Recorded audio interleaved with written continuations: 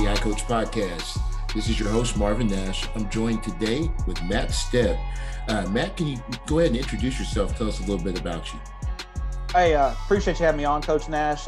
Listen, I'm a big fan. You do a great job at the podcast. Try to listen every week when I can. And as far as me personally, I am my official title with Dave Campbell's Texas Football is the Texas High School Football Insider. And basically what that means is I just try to be, on the inside track on all the news and happenings around high school football in the great state of Texas. I don't limit myself to one geographical area. I try my best to cover the whole state as best I can. And as you know, Texas is a big state and can't always break all the stories and get all the scoops, but I definitely try my best for sure. Absolutely. I would call you Mr. Texas high school football, man. I think you're the key insider for just about everything that happens here. I know we met a few years ago and, hit it off right away. Tell me what attracted you to Texas high school football?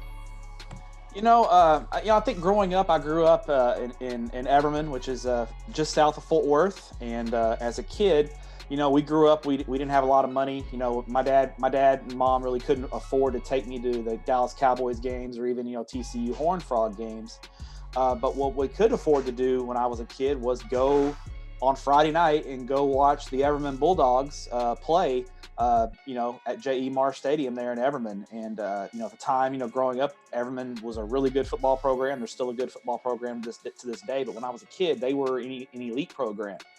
And, those guys were kind of like, my heroes. They would come to the elementary school and read to us and we'd have pep rallies at the school. And I just thought going to the football games was kind of one of the coolest things that I could do as a kid.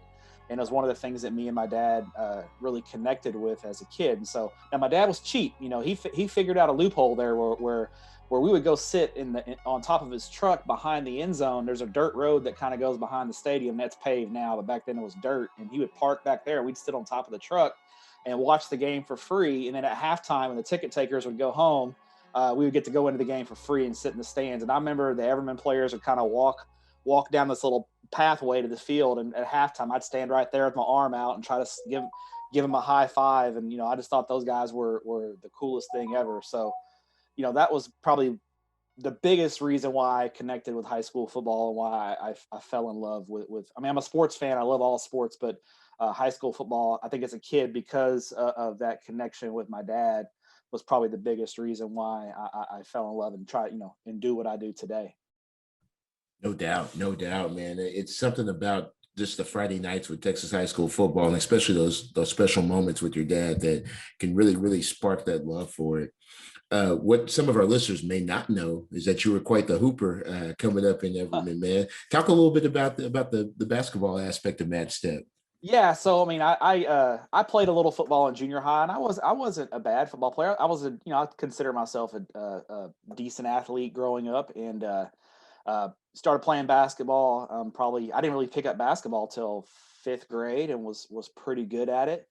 And I played 3 years of varsity basketball there at Everman. We had some really good basketball teams at Everman.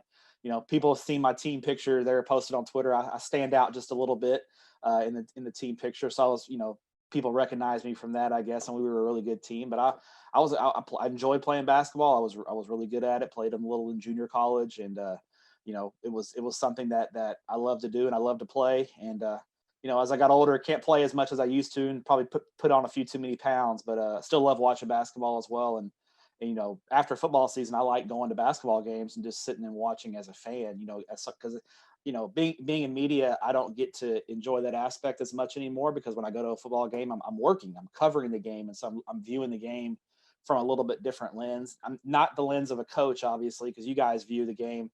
You guys see things that we don't see in the media, but we don't view it as a regular fan either. So getting to go to basketball games and just kind of decompress for a minute and just watch the game as a fan and enjoy the game is a lot of fun as well. So love the game of basketball. It's probably my second favorite sport behind football. And so it was something that I was pretty good at and enjoyed doing. Just being a part of a team. That's the biggest thing about high school athletics and athletics in general is being on a team, being a part of a team, because you can take a lot of those skills that you learn and apply that into your career in the adult world. Absolutely. That's a fantastic segue. Some of the things that I learned as being a part of a team is the importance of just meaningful, genuine relationships, and has carried me far in the coaching career as well. But for you, Matt, being a part of the media, you have such a unique relationship with every coach, and it seems like in Texas high school football, every admin, it seems like you have that genuine relationship. You're able to break news before anyone else. How do you think you build that type of trust with the coaches and administration? I think it's just, it's not happens overnight for sure. When I first broke into the business, a lot of coaches didn't know who I was. I wasn't, in traditional media. I didn't come up, through the journalism world. I went to school to be a coach. That's what I wanted to do in college, and kind of fell into the journalism thing just, really by luck and timing more than anything else. And so building that those so I had to learn how to be in the media and learn a lot of the protocols that come with being a sports writer. And I think the biggest things that that's helped me build those relationships with coaches and earn their trust when things happen is just doing what I say I'm going to do. If I tell a coach that something is off the record, it's off the record. If it's on the record, it's on the record. And so try to follow through with that. If a coach says, "Hey, you can do this, but please hold it until this time on this day," then I need to follow through with that, because that's the best way you can earn anyone's trust in any walk of life, but especially in the sports writing thing with the coaches. Just trying to follow through and do what I say I'm going to do has been the biggest thing. And over time, you get 5 or 6 coaches that trust you, and then they go, "Hey, that Matt Stepp guy, you can trust him. He's okay. He's not going to burn you with anything." And then coaches, you guys are a huge network, and you guys talk amongst each other all the time. And so, a lot of times a coach that may not know me as well will talk to a coach that does know me as well. And that coach will tell him, "Hey, you can trust Step with this info. This is, let him know what's going on." And so I think that open line of communication with the coaches has been big. And I try to tell coaches all the time, the media can really help you if you know how to quote unquote play the game. And so the biggest thing I tell coaches all the time is you can control your message if you just talk to us. If you have something that needs to be out there, you have something that you want, by talking to us and building relationships both ways. I think that helps coaches just as much as it helps us in the media. Absolutely. I think one skill I picked up, I've worked for some great coaches, Coach Reardon, who's now at Chapel Hill, Coach Walsh, of course. And I've Two learned to be guys who able are to, really good with the media. Reardon and absolutely, Walsh are excellent with the media. absolutely.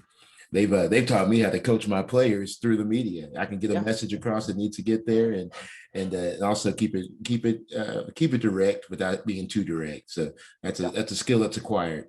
It's definitely, and I think that's with coaches. You guys are busy, and so I've learned through the years, because I can be a little wordy sometimes because I'm a writer, and my wife, she'll say I'm talking too much sometimes, and I get to the point and that kind of thing. So I've tried to learn to be more direct at times, and because I think that's you coaches, I think, communicate better. Most coaches are very direct and want that direct communication style. So I think even with me, trying to learn how to communicate with coaches better has been a big help.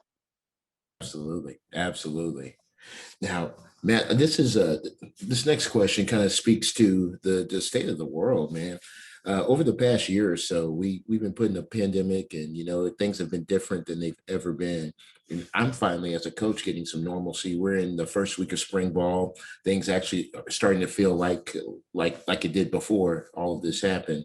For you, how was that this past 12 months? How has that been for you as a journalist, and how are things coming back around for you? Well, I can tell you they're coming back around for sure right now, because I'm emailing and texting coaches about 7-on-7 tournaments. And so I enjoy covering 7-on-7 in the summer. It gives me something to do in the summer. So I wasn't doing that last summer at all because there was no 7-on-7. So I actually just got a text message from a coach at Ganado, uh, having some open spots in this tournament, and wanted me to put the word out for him. So I was working on that before we jumped on this Zoom call. So that tells me that we're getting back to normal because we're having 7-on-7 in the summer. But as far as a year ago, when things, it's April 28th. If you to rewind back to April 28th of 2020, we were putting together the 2020 edition of Dave Campbell's Texas Football completely remotely. All of us at the Dave Campbell staff were working from home 100% and working on putting together the magazine remotely. And if you go back and look at the 2020 Dave Campbell's Texas Football magazine that came out in last June, that magazine was put together 100% remotely. I don't know how we did it, but we did it, and it was really an achievement. But if you would have asked me on April 28th if we were going to have high school football in 2020, I wasn't really sure at that point. I tried to, when Tepper and I do our podcast, we kind of play off each other a little bit. And Tepper was a little more of the negative Nancy side, and I tried to play a little more of the positive role in that regards. And I was pretty positive, but I was far from 100% on if we were going to have high school football in 2020. So it was a really uncertain time because we had to put together what we called a doomsday plan.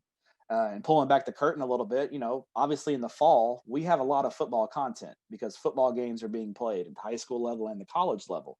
We had to put together because we still have to have content on the website and try to, generate revenue to, pay our salaries, right? I mean, we're not running a charity by any means. So we had to put together a doomsday plan. What do we put on the website from basically August to Christmas if there is no high school football played in Texas or college football played in Texas in the fall? And we had to stretch. It was the thought of it was not pretty, and thankfully we didn't have to implement that. But we had to have meetings to try to figure out what kind of content we were going to put out there for our subscribers during the fall of 2020. So it was a really uncertain time. I mean, not to mention, just the outside of the football aspect, right? Just the uncertain time of life in general, and figuring out, how am I gonna, am I gonna keep my job? And, is my family safe? Am I safe? I don't want to get sick. All those things are running through your mind, but then you're stressed out about, what your livelihood and what the things you love to do are going to happen in the future, because it was really uncharted territory. So I think it was a crowning achievement that we played fall sports in 2020 by the UIL, the parents, the families of the kids, and the communities and the coaches to follow.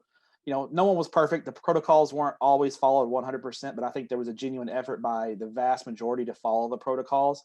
And 90% of the schools in Texas played some semblance of a full season. Did everyone play 10 games and play all that stuff? Not exactly, but I mean, there were, other than a very small percentage of schools, the vast majority had a somewhat of a season, which was a great thing considering not everyone was able to have that.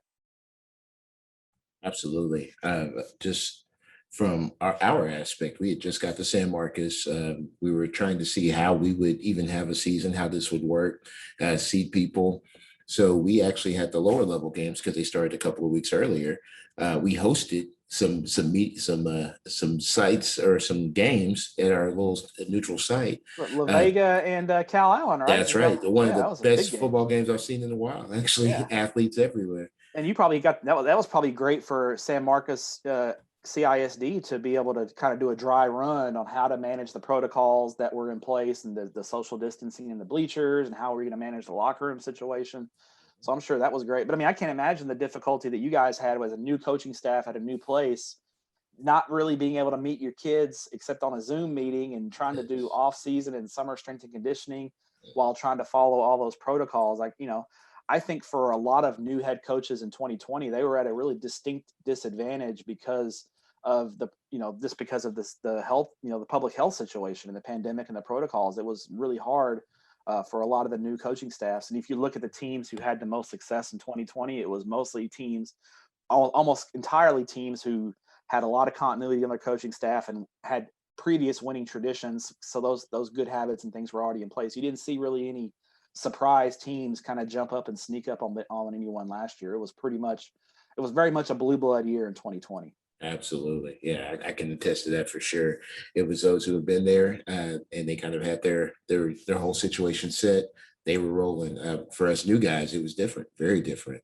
And I'm just thankful that things are finally getting back to the normal, what that's close to normal as it could possibly Yeah. be. Yeah, we're not Mhm. quite normal yet, I would say, but I mean, I think we're we're a lot more, that ball is a lot further down the road than it has been in over a year. So that's encouraging to see. The fact that you guys are having spring football right now, I think attests to that, because spring football wasn't even a thought last year for No. sure. So the fact that you guys are having spring football, the fact that I'm bugging coaches about 7-on-7 tournaments is excellent news, and I think it's just a sign that we're getting back to a more normal state of things.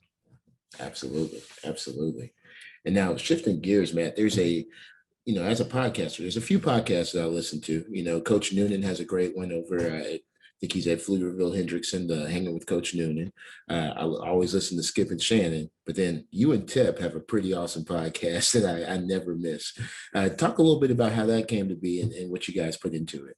Well, first off, thank you for being a listener to the Tep and Step podcast. I think that was just one of those things where Tepper and I, when I first joined Dave Campbell's Texas football a few years ago, which I actually accepted the offer at coaching school, which was a kind of a fun thing. Just kind of officially we shook hands at coaching school that the agreement was made. So, but when I came on board about a month later in August, right before the start of I think it was the 2016 season. We wanted to put together a podcast that took advantage of both of our talents, but something that would be of value to our subscribers. Say, hey, this is one reason why you should purchase a Dave Campbell's Texas football subscription, because you get to listen to the Tep and Step podcast. And we're both high school football dorks, so we said, why don't we just call it something very simple and call it a nerd cast, and just say it's two guys that are just nerding out about Texas high school football. And I think we've done a pretty good job of that. We've got a good format. I mean, we could probably go 2 or 3 hours if we wanted to, but we try to keep it pretty tight and keep it around an hour. During the season, we'll go hour and 15 because there's games to talk about. It's a lot more fun to talk about the games that are being played and what's going on around the state during the season. So we may stretch it to an hour and 15 minutes during the season, but during the off season, we only do them. We do them once a month, and we kind of do an hour, and we just kind of touch the high points and things that are going on in the state of Texas. If there's a hot topic to talk about, we'll kick around the hot topic and talk about those things. But during the season, we try to we do a kind of a game draft. And if you've ever been in a fantasy football league, we kind of do a snake draft there where we pick games. He picks 5 games, I pick 5 games, and we pick what we call a hipster game, where it's kind of an under the radar game that you might not be thinking about. So we usually hit 10 or so of the big games every week in the state of Texas, and we talk about them and we break it down and we try to give our thoughts on things and things like that. So during the off season, coaching changes. This has been a really busy year for coaching changes in a non-realignment year, which I kind of expected. I told a lot of coaches, during the season, I thought this off season was going to be really busy with coaching changes. And so we always kick around the coaching changes topics. And then last week when we recorded, we talked about the UIL Friday night rule with the Friday night broadcasts and what kind of the status of that for the 2021 season was. So if you like high school football, especially Texas high school football, I think it's I'm a little biased, but I think it's a great listen. And I think it's worth the hour. It's a great listen if you're on your lunch break, or if you got a 20 or 30 minute drive to work, you can pop that thing on while you're driving, and your drive will fly by, I promise. Absolutely. I can attest to that. It's just a fantastic listen. And again, one of my favorites. Thank Well, you. Matt, I really appreciate you jumping on with me. I know this is an incredibly busy time. I want to remind all of our coaches out there, get your questionnaires in. I see your tweets. We're down to 4. I've got 4 left, and I won't call them out publicly on the podcast just yet. Now, their superintendents might have gotten a call from me today, because I've tried the coaches. So we've done great. Last year, in the 61-year history of Dave Campbell's Texas football, we had never gotten in 100% of our questionnaires from the UIL 11-man football schools. And last year was the first year that we had it happen. Now, part of it was we had a lot of bored coaches out there that were during quarantine time, right? March, April of last year, was a lot of coaches that were bored. We got the questionnaires in 100%. We're trying to make it 2 in a row, and I think it'll be even better this year because of, you guys. I mean, you'd be amazed. The fans might think that football coaches are busier in the fall. That is absolutely 100% not true.